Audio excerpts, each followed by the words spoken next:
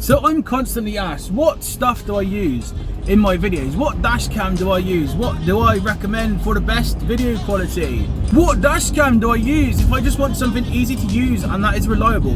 Well, I use the A119 and the A129 from Viofo. So I've been using their stuff for the last 2 years, and they recently asked me if I wanted to take a look at their latest product in their lineup, the A129 Duo IR, which has got some infrared night vision as far as I'm aware. So that is exactly what we're going to be doing today.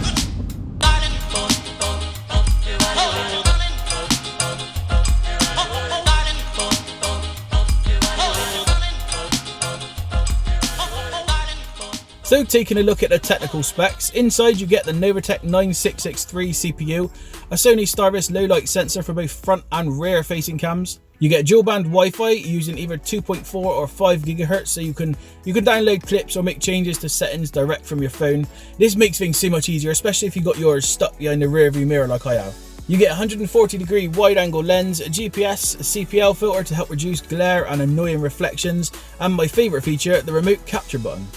Now, as far as I know, there are no other dash cams that have this little button, but it does make life so much easier having to save clips, because all you have to do is have the button close to your steering wheel, and it saves you having to reach up and mess about with the cam while driving, which seems to get some people in my comment section quite annoyed. Looking inside the box, you get the main cam, a hardwire kit so you can leave the cam in parking mode while the engine is off. You get the remote capture button and CPL filter. Inside the main box you get the front cam, the rear facing cam, a quick start guide, a bunch of different wires for connecting everything, some sticky pads to install the two cams, and a little pry tool to help hide the wires behind the trim panels. You get some cable clips to make cable runs nice and tidy, and a USB power plug to give everything the juice it needs. Installing it is as simple as peel and stick, followed by hide the wires wherever you can find. It's simple enough. I'd even go as far as to say, if you have trouble setting it up, I would question your ability to be in control of a vehicle. The only thing I will mention is that the silly design is making two ports on the side look very similar. A few times I've plugged them in the wrong way and wondered why the camera isn't powering on, so just make sure you get them in the right port. So once you've set it up and powered it on, for most people it'll be ready to use out of the box, but should you feel like going on an adventure through the settings menu, then everything is nicely laid out and you get plenty of control over a lot of the settings. So both the A129 Duo and the IR version, you use the same base unit, with the IR version having a modified software to be able to make use of the infrared rear facing cam. So for this video we're going to be going 1080p 60 for the front cam to show you what the solo A129 will capture, and when using it in duo mode you do drop down to 1080p 30 just because asking 60 frames per second on 2 channels is going to be a little bit too much even for a high-end dash cam. So looking at the front, you have some nice clicky buttons that don't rattle or shake when you're driving, a decent sized screen so you can see if you've got the cam set up in the right place, and a few icons to let you know what's going on. On the side you have the USB power, AV out for connecting to an external display if you're into that sort of thing, and a port for connecting the secondary cam. On the other side you have the micro SD card slot, which will accept up to 256GB cards, a microphone and a reset button. On the back you have the adjustable wide angle lens, a GPS mount, as well as a few ventilation holes scattered around the place to help keep things cool. So the video quality, as to be expected with any high-end dash cam, is good. Everything is crisp. It will have no issues reading number plates of passing cars.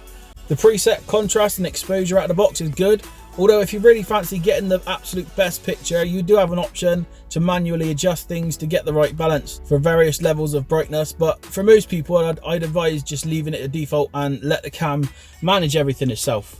Sound quality is one of the strong points, and the reason I started using these dash cams a few years ago.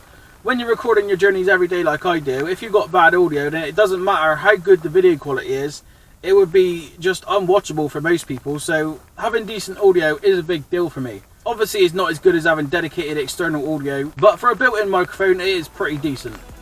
So video quality at night is pretty decent. As with any dash cam, it's gonna struggle to give you readable number plates in complete darkness.